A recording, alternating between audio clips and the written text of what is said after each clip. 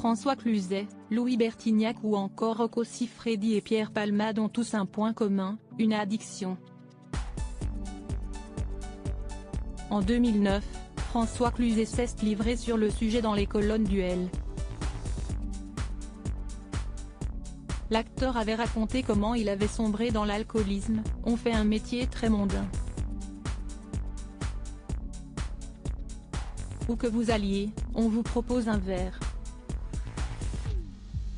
Dans certains festivals, dès 10 h du matin, un plateau avec des flûtes de champagne surgit. Sur un tournage, il y a toujours quelque chose à fêter. Il y a le pot de la déco, le pot du départ, le pot de la fin de journée, avait-il ainsi détaillé.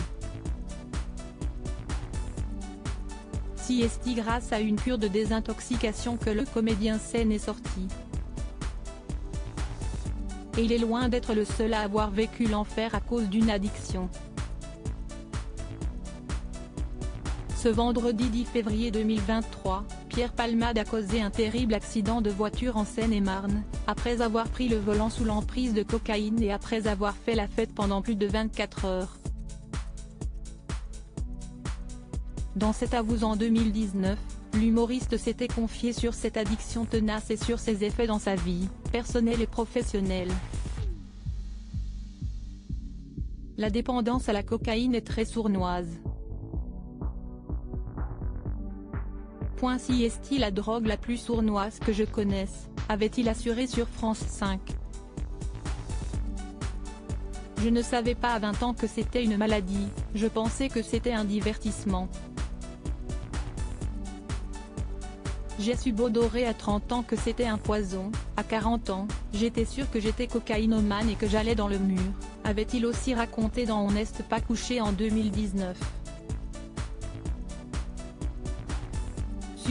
Supérieur à Véronique Sanson, Pierre Arditi, Benoît Magimel, retour sur les addictions des stars. Ces stars qui ont lutté contre leur addiction à la drogue. Francis Perrin s'est aussi battu contre l'alcool qu'il qualifie de poison.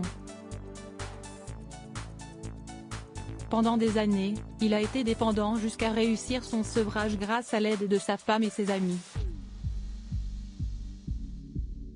Quant à Bernard Campan, c'est sa femme Anne qui a souffert d'alcoolisme.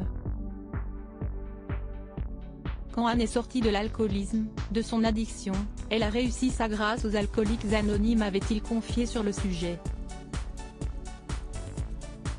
D'autres stars sont devenues toxicomanes, comme Robert Downey Jr. Élevé par un père accro, il a commencé à fumer dès l'âge de 6 ans. Jusqu'à ses 33 ans, l'acteur a bu de l'alcool et pris de la drogue. Thierry Ardisson s'est également jeté dedans la tête, la première à l'époque où la drogue était en vente libre et accessible dans le milieu de la nuit. Je m'en suis sorti, mais si est ce que j'ai fait de plus dur dans ma vie honnêtement, s'est-il souvenu au micro de France Bleu. Il n'a pas voulu intégrer un centre de désintoxication, préférant partir à l'étranger et souffrir pendant 3 mois. Louis Bertignac a également été addict à la drogue à cause de la notoriété. La drogue était assez inévitable quand on était dans le rock à cette époque-là. Tous les gens qui gravitaient autour de nous proposaient des substances. On avait du mal à refuser, surtout moi, a-t-il expliqué dans l'émission En aparté diffusée sur Canal+. Crédit photo, Cyril Moreau.